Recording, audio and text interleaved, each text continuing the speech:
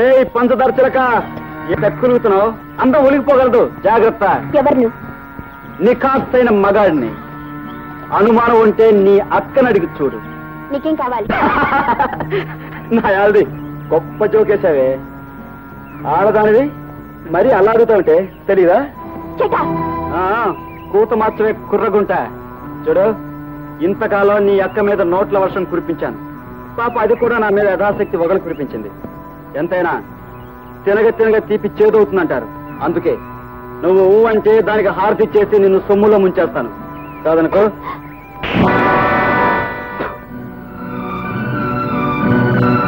ఆ రెండో చెంప సరిగ్గా ఉండాలంటే మళ్ళీ నాకు కనిపించకు, జాగ్రత్త. నా యాల్ది ఈ శేషునే కొడతావే, బుస కొట్టి కాటేస్తానే. అవునమ్మా, ఈ రాత్రి అమ్మవారి గుడిలో సీతా జగన్ల పెళ్లి జరగబోతోంది. నేను తప్పకుండా రమ్మని సీత మరీ మరీ చెప్పింది. వస్తాను బాబుజీ. నా చెల్లిలో చక్కటి ఇల్లాలు కాపోవటం నా కళ్ళారా చూడాలి. అది నా అదృష్టం. తప్పకుండా వస్తానని చెప్పు. వస్తానమ్మా.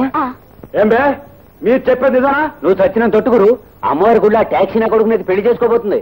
నా యాల్ది నా మీద చేసుకున్న ఆ పొగరబోతు గుంటకి పెళ్లి కాదు ముందు దాని అంత తెలుసారా?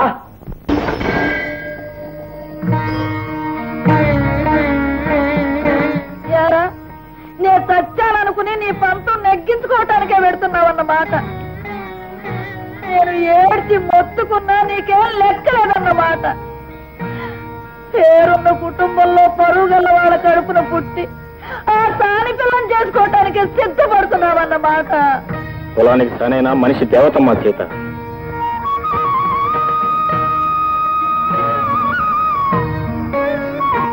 ఒరేయ్, నీకు అదే కావాలనుకుంటే నన్ను చంపేసి నా శవానికి నింపు పెట్టాడురా. ఆ ఒళ్ళమ్ముకునే బజార్ దాన్ని నా కోడలుగా నేను ఒప్పుకోనరా, ఒప్పుకోలేను. సీత, నువ్వు కళ్ళారా చూస్తే మనసు మాట మార్చుకుంటావు. వస్తానమ్మా.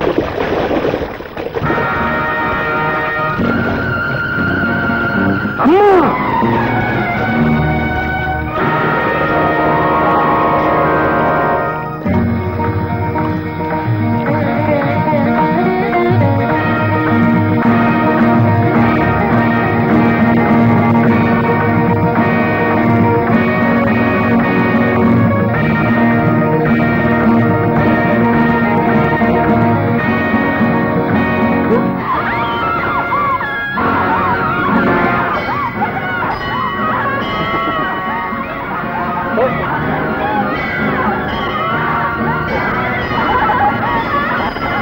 నాకు అన్యాయం చేయొద్దు.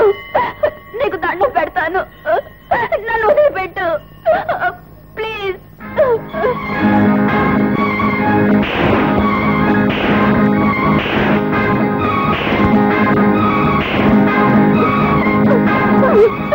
నన్ను వదిలిపెట్టు.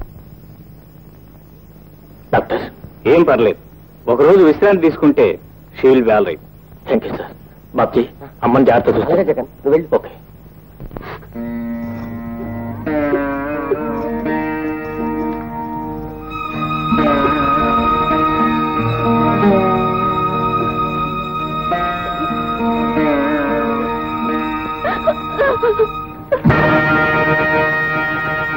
సీత, ఆగు జగన్, ఆగు.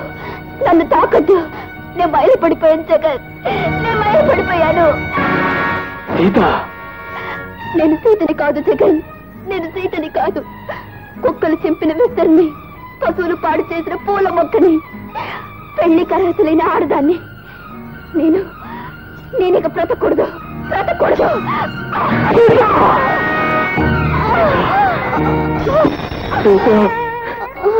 ఎంత పని చేసావు సీత, ఎంత పని చేసావు. దేవు ముందు కలుద్దాం, పెళ్లి చేసుకుని 10 కాళ్ళ పాటు సుఖంగా బ్రతుకుదామని కళ్ళ కన్నా ఎందుకింత పని చేసావు సీత, ఎందుకింత పని చేసావు. జగన్, నా పుట్టుకు తెలిసి నన్ను ప్రేమించి నన్ను పెళ్లి చేసుకోవటానికి సిద్ధపడ్డాను నువ్వు. నిజంగా దేవుడివే. కానీ కొన్ని పువ్వులు దేవుడి పూజకి పనికిరావు. అలాంటి అర్హత లేని పువ్వు నేను. సీత అందుకే అందుకే నేను చేసుకునే భాగ్యం నాకు లేదు జగన్, నాకు లేదు. సీత, ఎవరు నీకింత అన్యాయం చేసింది? ఎవరు నేను నాశనం చేసింది? పగపట్టిన శేషు అతని మనుషులు. జగన్, ఆవేశపడకు. మగవాడితో పాటు దైవం ప్రకృతి కూడా కలిసి పగపట్టినప్పుడు నాలాంటి ఆడదాని బ్రతుకు ఇలాగే అంతం కావాలేమో. సీత, సీత,